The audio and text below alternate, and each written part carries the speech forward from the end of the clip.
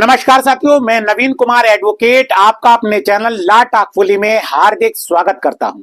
आज की इस वीडियो में हम हाल के एक चर्चित केस अतुल सुभाष केस के बारे में डिस्कस करेंगे। ये वही केस है जिसमें बेंगलोर में एक आदमी ने अपनी पत्नी और अपने ससुराल वालों से परेशान होकर आत्महत्या कर ली। एआई इंजीनियर अतुल सुभाष की आत्महत्या के मामले ने पूरे देश को हिला कर रख दिया है और इसके बाद पुरुषों के उत्पीड़न को लेकर देश भर में एक बहस शुरू हो गई है। अतुल सुभाष का जो सुसाइड करने से पहले 24 पन्नों का जो सुसाइड नोट और अपने वीडियो में उन्होंने बताया है कि कोर्ट में अपनी पत्नी द्वारा किए गए मुकदमों से वे बहुत परेशान थे और किस तरह उनकी पत्नी द्वारा बड़ी धनराशि दिए जाने के भरण पोषण के मुकदमे बिना किसी उचित कारण के उनके खिलाफ फाइल किए हुए थे, जिसमें उन्होंने बताया है कि बिना किसी उचित कारण के उनके खिलाफ सक्षम महिला होते हुए उसने बहुत ज्यादा मेंटेनेंस की मांग अतुल सुभाष से की है। अपने सुसाइड नोट में बेसिकली उन्होंने अपनी पत्नी और भारतीय न्याय व्यवस्था पर आरोप लगाए थे, क्योंकि 9 केस अतुल सुभाष के ऊपर उनकी पत्नी द्वारा चलाए जा रहे थे। चारों तरफ से मुकदमेबाजी से वे घिर चुके थे। इसी दौरान अतुल ने दुनिया से अलविदा कर लेने का फैसला करते हुए अपनी आत्महत्या कर ली। हम मानते हैं कि दोस्तों, अतुल सुभाष के साथ जो हुआ है वह बहुत ही दुखद है और हमारे समाज में ऐसा किसी आदमी या पति के साथ ना हो, इसलिए हमारे देश के हर नागरिक को इस केस में दिया गया माननीय सुप्रीम कोर्ट का जजमेंट जरूर पता होना चाहिए और उन सभी व्यक्तियों को भी पता होना चाहिए जिनकी पत्नी ने उनके खिलाफ मेंटेनेंस का केस फाइल किया है। हर पति को उनके अधिकारों का जरूर पता होना चाहिए कि उनकी पत्नी उनसे कितना और कैसे भरण पोषण प्राप्त कर सकती है। यानी अतुल सुभाष जैसे केस और हमारे समाज में नहीं होने चाहिए, जिनमें उनकी पत्नियां मेंटेनेंस के नाम पर गलत तथ्यों पर आधारित भरण पोषण के मुकदमों और अन्य मुकदमे दबाव बनाने की गरज से फाइल कर देती हैं और वह व्यक्ति विवश हो जाता है जिसके खिलाफ ऐसे मुकदमे उनकी पत्नियां कर देती हैं। किस तरह पत्नी को उसके पति से भरण पोषण दिया जाता है और कितना दिया जाता है और कितना दिया जा सकता है, इसके बारे में खास तौर पर आज की इसकी वीडियो में हम बात करेंगे। देखिए, जब अतुल सुभाष का मामला हम लोगों ने सुना तो पूरे देश में एक आक्रोश था कि हमारे देश का जो कानून है उसका झुकाव महिलाओं की ओर ज्यादा है, यानी जेंडर न्यूट्रल नहीं है, महिलाओं के फेवर में अधिक है बनिस्बत पुरुषों के। इसी कारण कुछ महिलाएं कानून को हथियार की तरह इस्तेमाल करके उसका दुरुपयोग करती हैं, हजारों हजारों और लाखों रुपए की एलिमनी मांगती हैं। सोशल मीडिया पर अतुल सुभाष केस का काफी शोर रहा है और बताया जा रहा है कि एक गलत इंफॉर्मेशन दी जा रही है कि सुप्रीम कोर्ट का ये जो नया फैसला आया है उसमें कुछ नई गाइडलाइंस बताई गई हैं, कोई नए नियम बताए गए हैं कि कैसे पत्नियों को उनके पति के मेंटेनेंस मिलेगा या एलिमनी मिलेगी, कितना भरण पोषण मिलेगा। यहाँ पर हम अपने चैनल के माध्यम से सही सूचना देना चाहते हैं कि माननीय सुप्रीम कोर्ट ने अपने इस फैसले में जो बातें कही हैं या जो भी दिशा निर्देश दिए हैं वो कोई नए नियम या गाइडलाइंस नहीं है। वो नियम हमारे देश में वर्ष 2020 से लागू हो रखे हैं। फर्क बस इतना है कि लोगों को उसके बारे में पता नहीं है और इसी तरह के अतुल सुभाष जैसे कई लोगों को इस बारे में अवेयरनेस नहीं होती है और जब ऐसा मामले सामने आते हैं तो वे उस स्थिति से लड़ नहीं पाते और अपनी आवाज नहीं उठा पाते। प्रवीण कुमार जैन बना मंजू जैन 2024 के उस केस के बारे में बताते हैं जिसमें माननीय सुप्रीम कोर्ट ने 8 फैक्टर को लेकर जजमेंट आया है। इस केस में कहानी थोड़ी सी मैं बता देता हूं। ये एक पति पत्नी के बीच का डिस्प्यूट का केस है। शादी के 6 साल तक हस्बैंड और उसकी वाइफ साथ साथ रहे और उसके बाद एक लंबे समय तक यानी कि 20 साल से दोनों पति पत्नी अलग अलग रह रहे थे। इस केस में पति ने पत्नी से तलाक मांगने के लिए कोर्ट में केस भी डाल रखा था।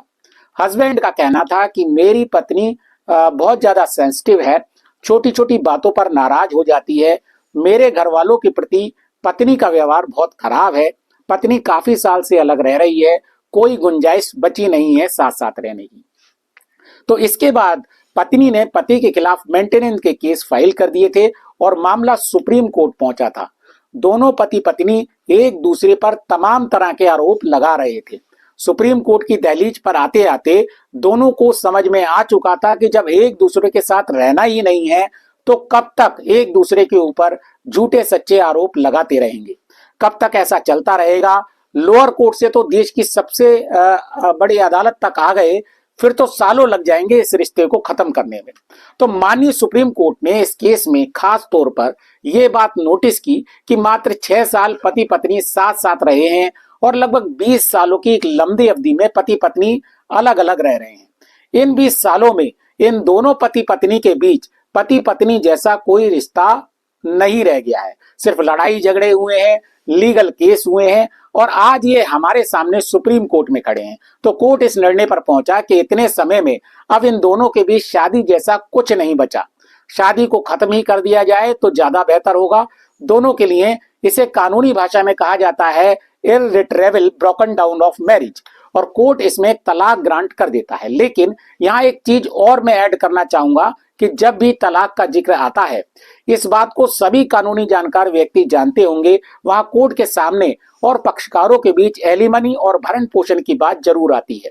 मुझे नहीं लगता कि भारत में कोई भी तलाक का ऐसा केस होगा जो अपनी मंजिल तय करे और पत्नी ने पति के विरुद्ध भरण पोषण का केस फाइल ना किया हो।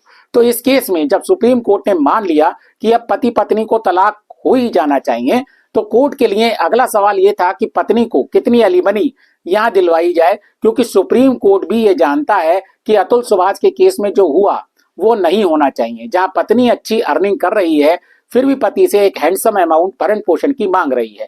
तो इस कोर्ट ने, सुप्रीम कोर्ट ने कहा कि इस बात पर विचार किया जाएगा कि इस केस से पहले भी पति पत्नी के मामले में सुप्रीम कोर्ट के 2 लैंडमार्क जजमेंट हैं, रजनीश बनाम नेहा 2020 और किरण ज्योति मैनी बनाम प्रमोद पटेल जो अभी 2024 का ही केस है।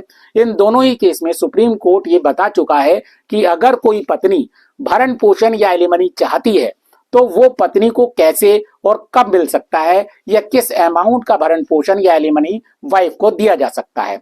तो सुप्रीम कोर्ट ने कहा कि सबसे पहले अगर हम बात करते हैं रजनीश बनाम नेहा वाले 2020 के केस की, तो इस केस में सुप्रीम कोर्ट पहले भी कह चुका है कि मेंटेनेंस और एलिमनी का मतलब ये नहीं है कि पत्नियां पतियों को पूरी तरह से अब्यूज करने लग जाएं या जो मन में आ रहा है वो पतियों से भरण पोषण के नाम पर धनराशि मांगने कोर्ट में आ जाएं। एक रीजनेबल अमाउंट, जितनी पत्नी को जरूरत है, पत्नी के खर्चों के हिसाब से जरूरत है, उस हिसाब से भरण पोषण का अमाउंट पत्नी को दिया जाना चाहिए। हालांकि माननीय सुप्रीम कोर्ट ने यह भी कहा कि कोई एक निश्चित धनराशि या नियम नहीं है कि पत्नी को कितना भरण पोषण दिया जाएगा। ये भरण पोषण कितना होगा हर केस के ऊपर डिपेंड करता है और सब्जेक्टिव मैटर है, कोर्ट को यह देखना होगा।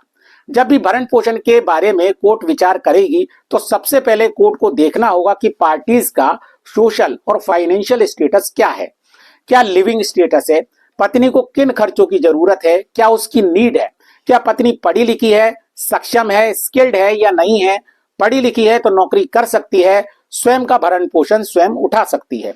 फिर दोनों पक्षकारों की व्यक्तिगत आय क्या है, कैसे है, कितनी है, ये सब बातें कोर्ट विचार करेगी। पत्नी का जो लिविंग स्टैंडर्ड है वो क्या है।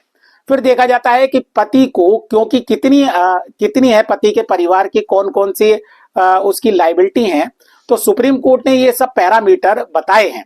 नीचे की फैमिली कोर्ट को क्या देखना है उन्हें अपने जजमेंट से पहले। इसके अलावा सुप्रीम कोर्ट ने यह भी कहा कि इसके अलावा कुछ एडिशनल फैक्टर भी होते हैं। क्या एज फैक्टर है दोनों पक्षकारों का। अब बात आती है पक्षकारों के बच्चे हैं तो वो किसके संरक्षण में है, उनकी लायबिलिटी कितनी है, उनकी शिक्षा दीक्षा ट्यूशन इत्यादि की लायबिलिटी कितनी है, आदि तमाम बातें कोर्ट को सोचना होंगी। तो कुल मिलाकर रजनीश बनाम नेहा में दोनों पक्षकारों के बीच भरण पोषण के मामले संतुलन स्थापित करने का काम किया गया था कि पक्षकार आसानी से भरण पोषण को सहज रूप से ले। ऐसा ना हो कि पति के पास कुछ बचे ही ना और वे घुट घुट के जिए और वे ढंग से कमा भी ना पाए तो कहां से देगा भरण पोषण। तो एक लैंडमार्क जजमेंट रजनीश बनाम नेहा कोर्ट का हुआ था। फिर कोर्ट ने कहा था कि ऐसा नहीं होना चाहिए, कि ऐसा ना लगे कि पतियों को ये लगने लगे कि हम पतियों को ऐसा करके दंड दे रहा है ये कोर्ट। तो जैसा अतुल सुभाष के केस में हुआ है जिसमें पति कह रहा है कि मेंटेनेंस के नाम पर मुझे हिरासमेंट किया जा रहा है, सुप्रीम कोर्ट ने कहा है कि मेंटेनेंस या भरण पोषण पति के लिए हिरासमेंट या पनिशमेंट नहीं है, बल्कि ये तो आप अपनी पत्नी व बच्चों को खर्चे दे रहे हो जो एक जिम्मेदारी है, लायबिलिटी है।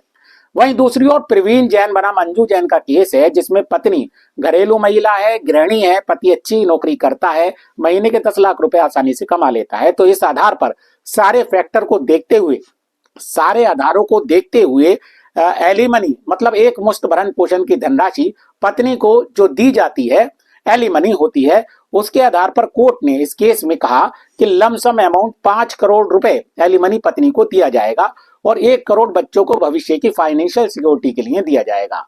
और कोर्ट 8 बिंदु एलिमनी के बारे में डिसाइड कर देती है।